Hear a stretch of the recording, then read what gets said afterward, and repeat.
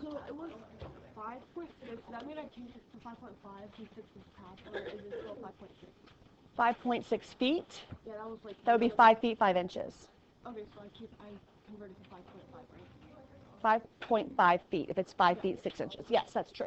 You want to convert everything to 1 unit. Okay.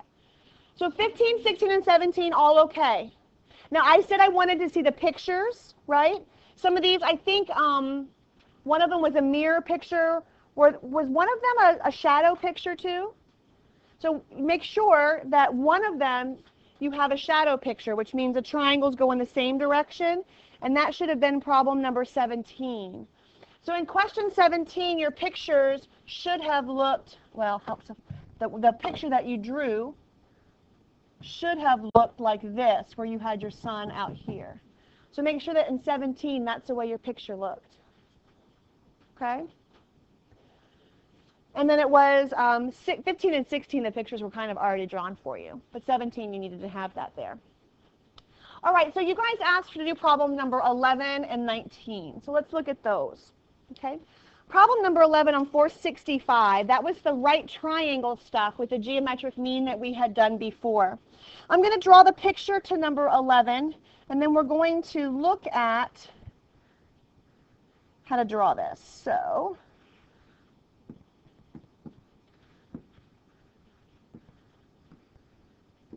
all right, so this is the picture that goes with 11. And I'm not sure I drew it exactly right. It really should kind of be longer down here.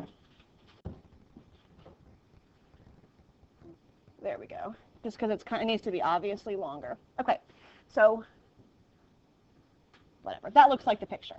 So in other words, we're asked to write a similarity statement here for these three triangles. And remember, anytime we have a right triangle with an altitude, we do have three similar triangles. Remember, we have a big one, a middle one, and a small one, right? So let's go ahead and label them that way. We're going to have big, medium, and small. Remember how we did that on the back of that flip chart that we did, I think, last class, right? And I'm going to go ahead and draw the big triangle. I'm just going to draw it just like it shows here, where I have M, N, and O. The medium-sized triangle is this one over here, where I have M, N, and O. And then the little small one looks something like this, where I have P, N, and O. Oh, yeah, MPO. Sorry, that's right. Thank you, Deshay. You're exactly right. That's a P. Thanks. Anything, and make sure that those are the correct three pictures. Big, medium, small. Now what I'm going to do is I like to highlight one of my colors. I'm going to pick purple for my hypotenuse. So the hypotenuse in each of these triangles I'm going to highlight in one color. And then I'm going to pick one of the legs, or the short leg or the long leg, it doesn't really matter, to be the other one. The long leg is MO, MP, and PO. So I just did the long leg and the short leg and the hypotenuse. I'm sorry, the long leg and the hypotenuse. Just so I knew what corresponded to each other. Are we okay with what I've done? Did we do this last class with the colors? I can't remember if I did it in this class or the other one or both. I did do the colors last time? Okay, good. Want to make sure. So I want to go ahead and start by looking at the first triangle. So we'll say that triangle MNO is similar, and we're going to just do an extended similarity statement. So what does M correspond to in the other triangle? Well, M in the big triangle is between the hypotenuse and the long leg, and guess what? It's that same angle over here in the medium triangle. What is it over here in the small one? Isn't it O? You see what I'm doing? Now I'm going to go back and I'm going to say, okay, N corresponds to the purple and the non-highlighted. Purple and non-highlighted here would be O. Purple and non-highlighted here would be N. I'm trying to do two lines. And then the last letter would just be N. I'm sorry, not N, P. Keep trying to make it an N. P, and this one would be a P as well. Again, if you didn't start with MNO, as long as you put M and whatever corresponds, that would be fine. I'm not sure what they started with. Yeah, they did OMN. It's another way to write it. Amira, is that helpful? Okay, good. All right, let's look at 19 then. That was the last one that you guys asked for. So 19, this actually had us use the geometric mean, so we had to set up our proportions. So that's what we'll do.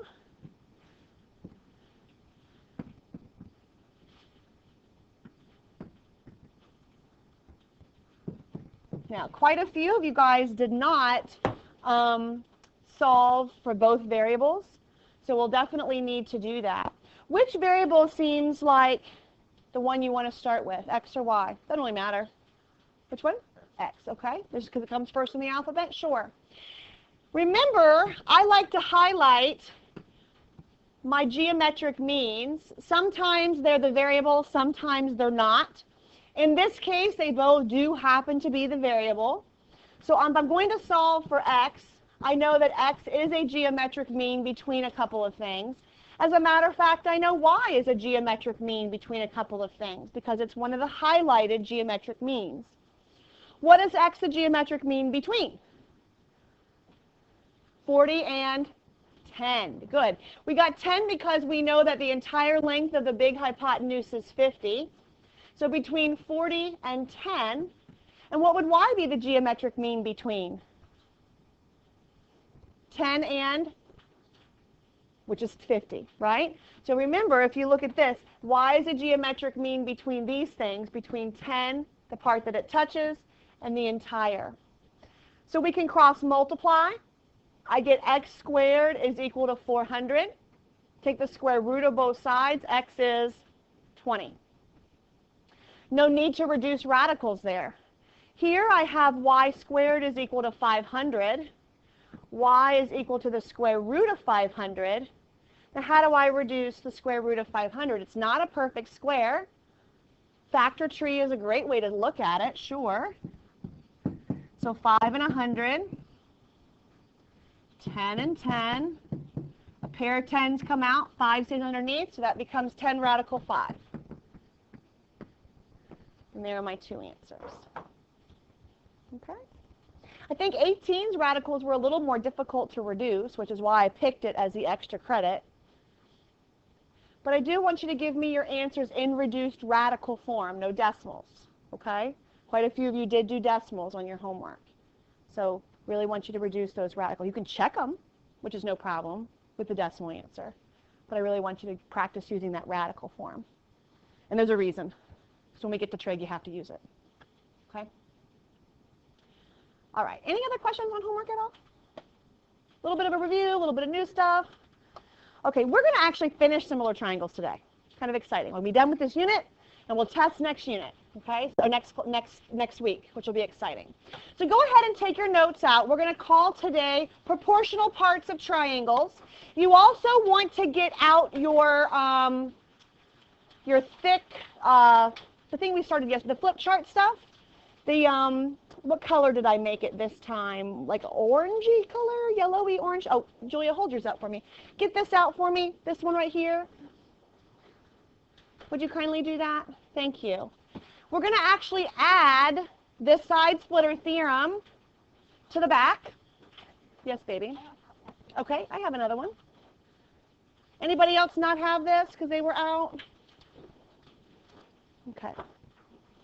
So on the back, you're going to have a room for 3 new note cards. You'll see where it says, so turn it over, the one that has no note cards on it. You'll see a room for 3 new note cards. We'll want to tape those eventually. One of them is going to be the side splitter theorem. Actually, there's a side splitter further, and then it says angle bisector theorem. So we are going to tape 3 new note cards here. So on your side splitter note card on the front, I would like for you to draw this picture on the front of your note card. And then on the back of the note card, we will solve the problem. Okay? So on the front of the note card, draw your picture. And on the back of the note card, we'll actually solve the problem. So if you look at this picture, I don't see a triangle at all. Do you? So this really doesn't have to do with similar triangles so much, but you do notice a couple of things. When we had the picture, and it's actually over here behind Maddie, we had a pair of parallel lines here, didn't we? Do we have parallel lines in my picture? Yeah. I do. So I know that I'm going to be dealing with parallel lines, even though you can kind of imagine these being drawn up as a triangle. Do you see that? They're not really a triangle, but you can kind of imagine that they would eventually intersect, and that these lines are, in fact, going to be parallel. That's important. They have to be, otherwise it doesn't work. So on the back of your note card for your flip chart, what I'd like for you to do is include this. Okay? Look at the proportion. If you have two parallel lines where you have several transversals, those transversals end up breaking down the parallel lines into proportional parts. Okay? It's called the side splitter theorem. It splits the sides. They can be drawn as a triangle like they are at the top. In other words, if you look up here, AG over CG is equal to BH over HC. So it can be drawn as a triangle, or it could just be parallel lines. Okay? Either one will work. So here I have 2 over 7 equals 3 over x. Okay? And when I cross multiply, I can figure out the length of x by just cross multiplying and solving. Okay? Now, it's a little bit different than the one we had over here with Maddie back here, because in this one, when I wrote the proportion, I didn't have sides on the right-hand side, did I? I had sides on the bottom. So that's a little bit different. For example, if I had two parallel lines where I had this is 4 and this is 6, this would be 2. Could I find x? Could you find x? Okay. What if I said this was y and this was 5? Could I find y? So this is the one I want you to put in your notes, not on your flip chart, but in your notes, titled Proportional Parts of Triangles. Okay? And let's look at this particular example. This is combining a couple of different ideas. Let's start with the side splitter theorem. Okay? The side splitter theorem says that 4 over x is going to equal what? 2 over x. 4 over 6 equals 2 over x. That's what the side splitter theorem says.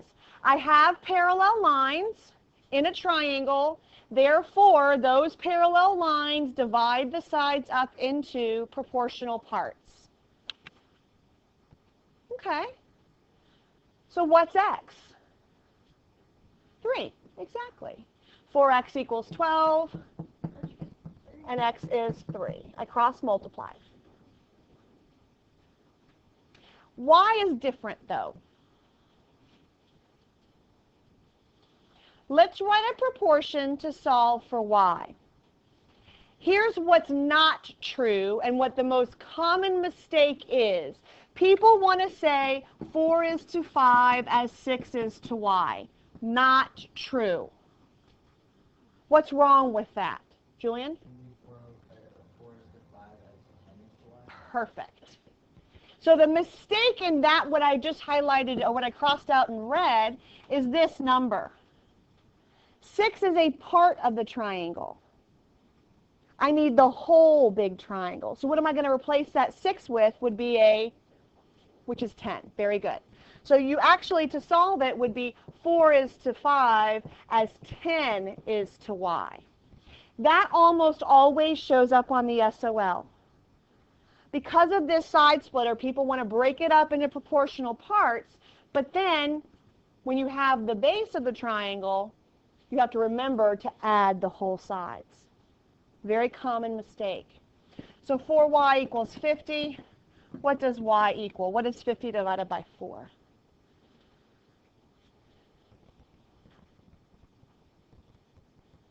450.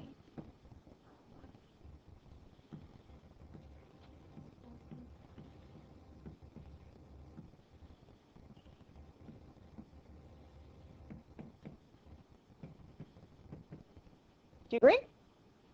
I agree. Good job. Okay, excellent.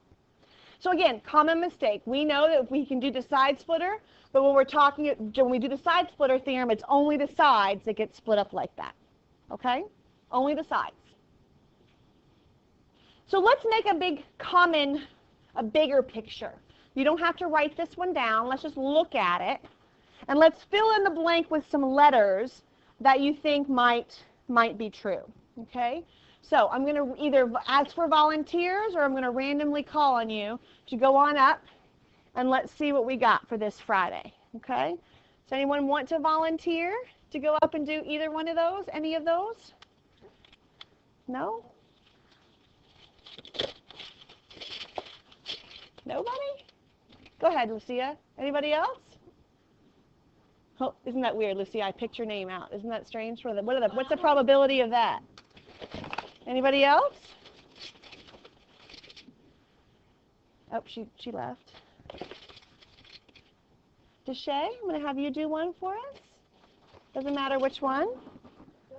And India, I'm going to have you do one. And then Ingrid, I'm going to have you do one. So put the letter. 2 people can write at a time. 2 people, just use a pen on the left and a pen on the right. You both can write at the same time.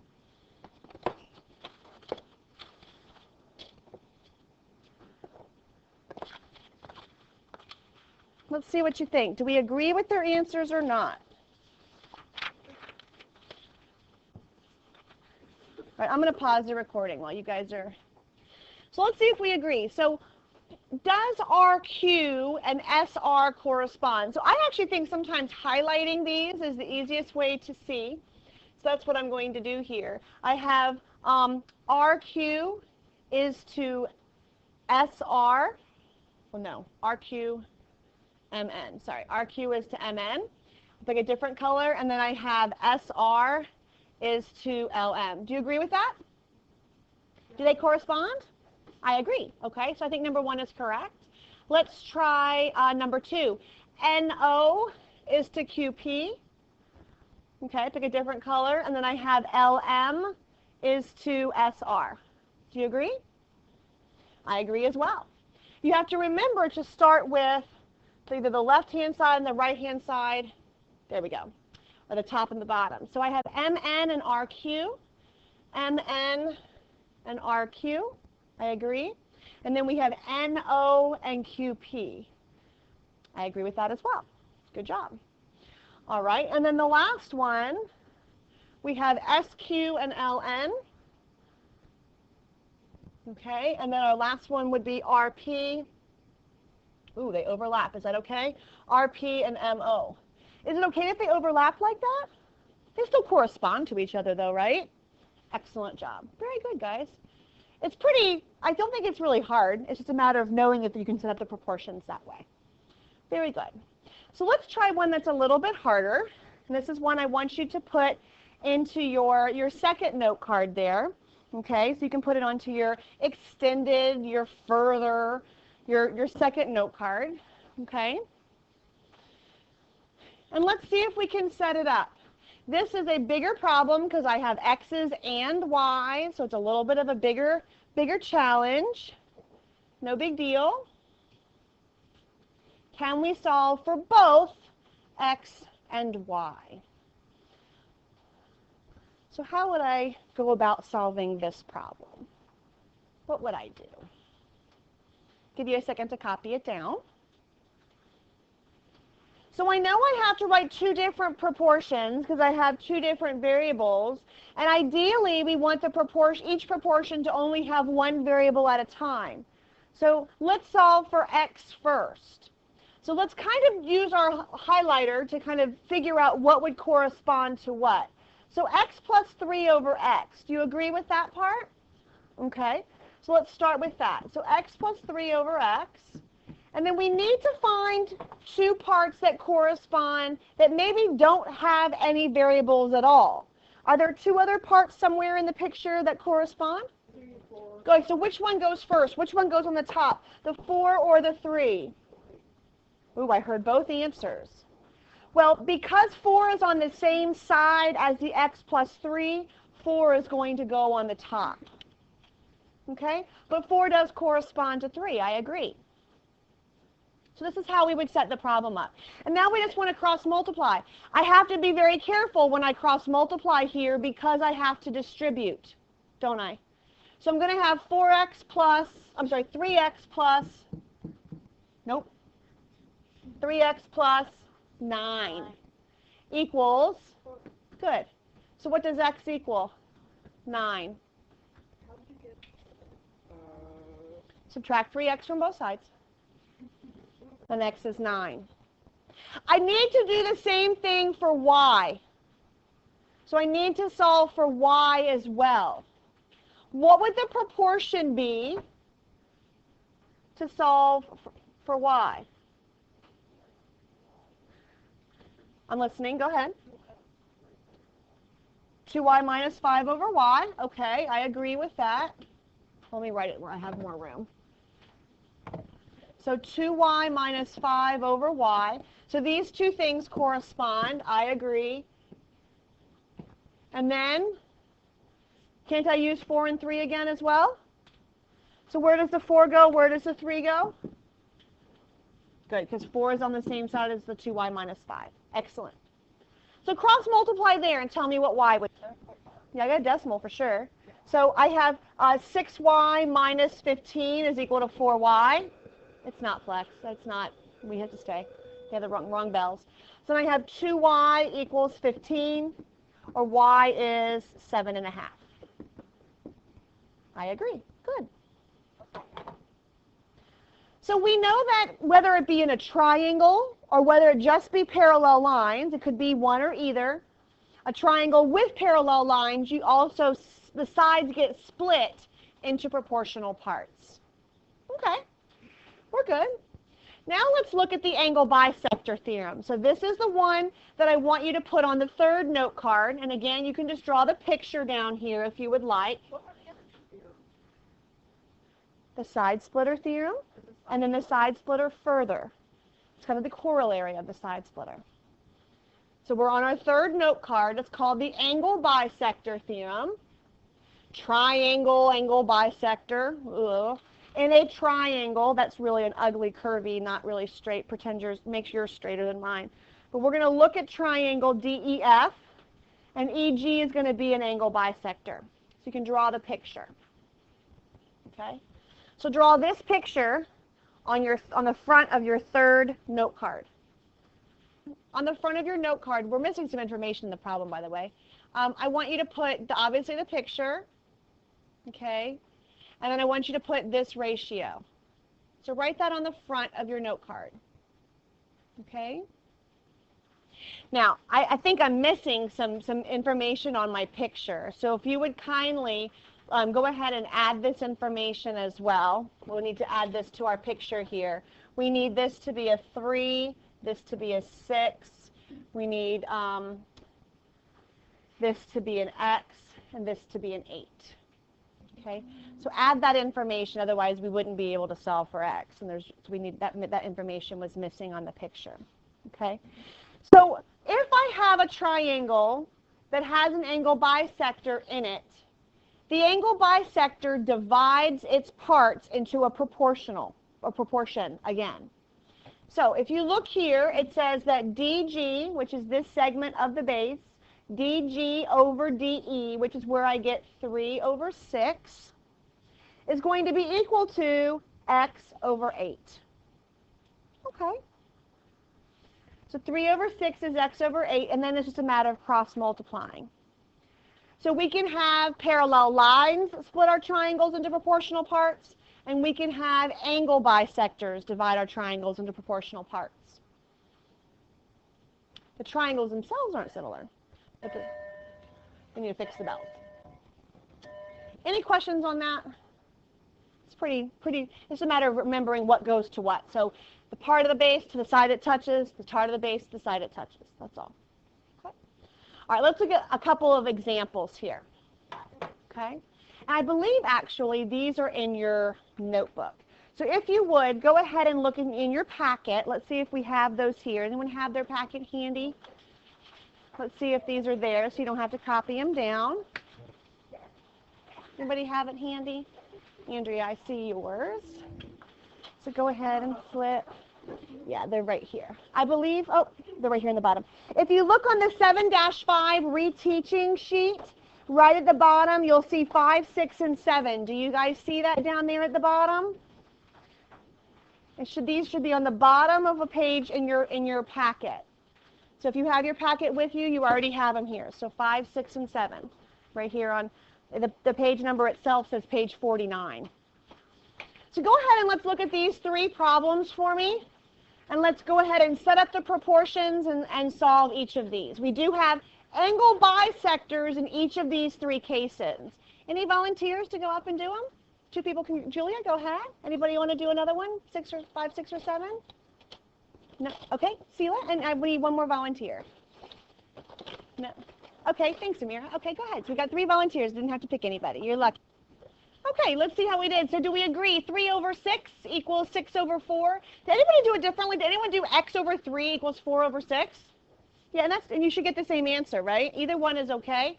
2 is the correct answer there. Very good. Number 6, 12 over 8 equals x over 6. Perfectly okay to go the other direction. 8 over 12 equals 6 over x.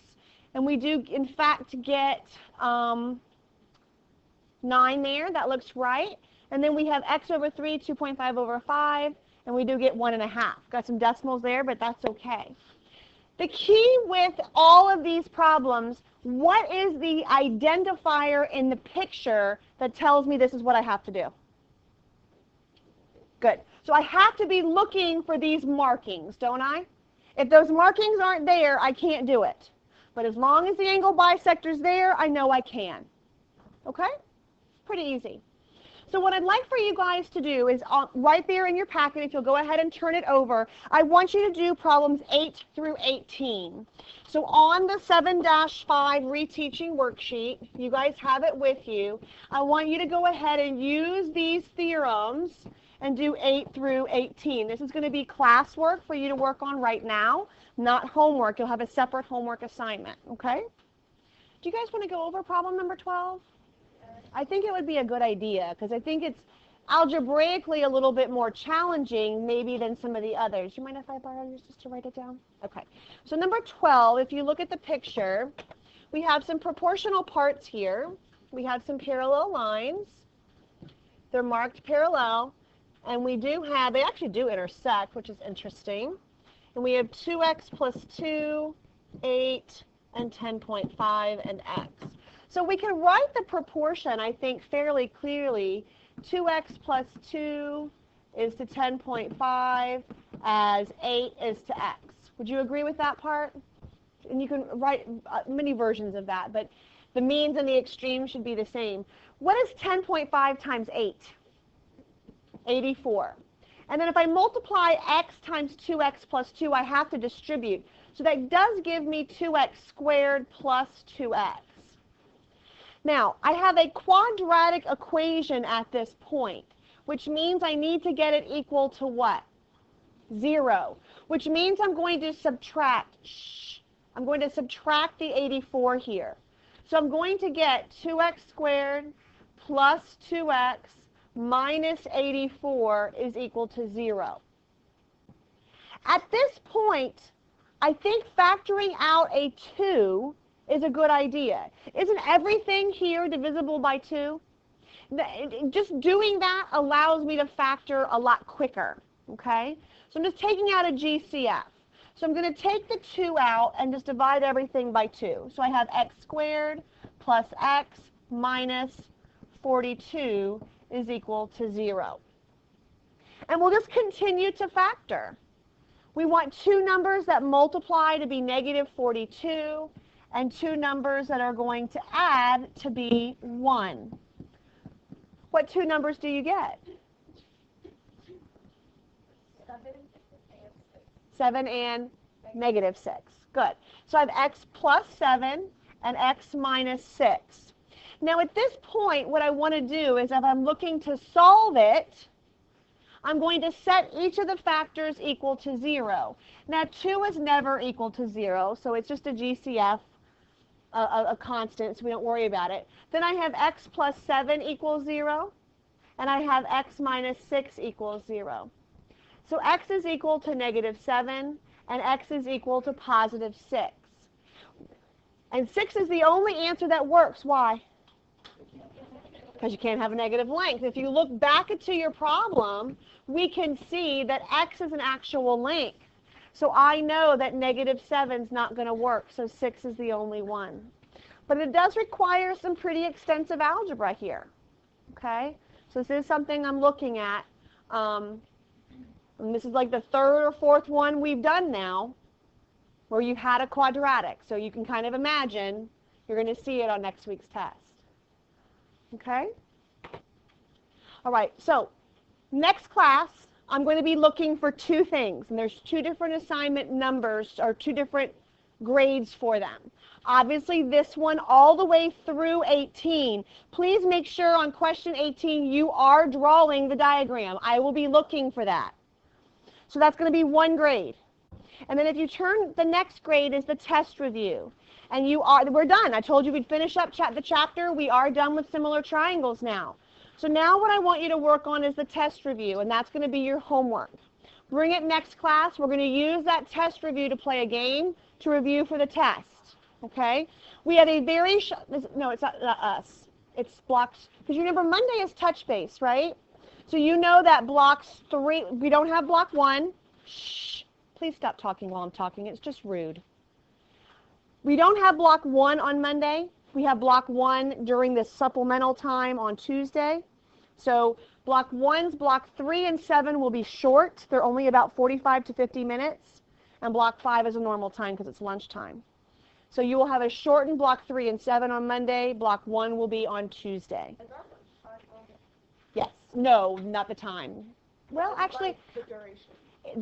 The length of it is, yes, the duration is, but it won't be at 12:15 or whatever time you normally eat lunch. It'll be later.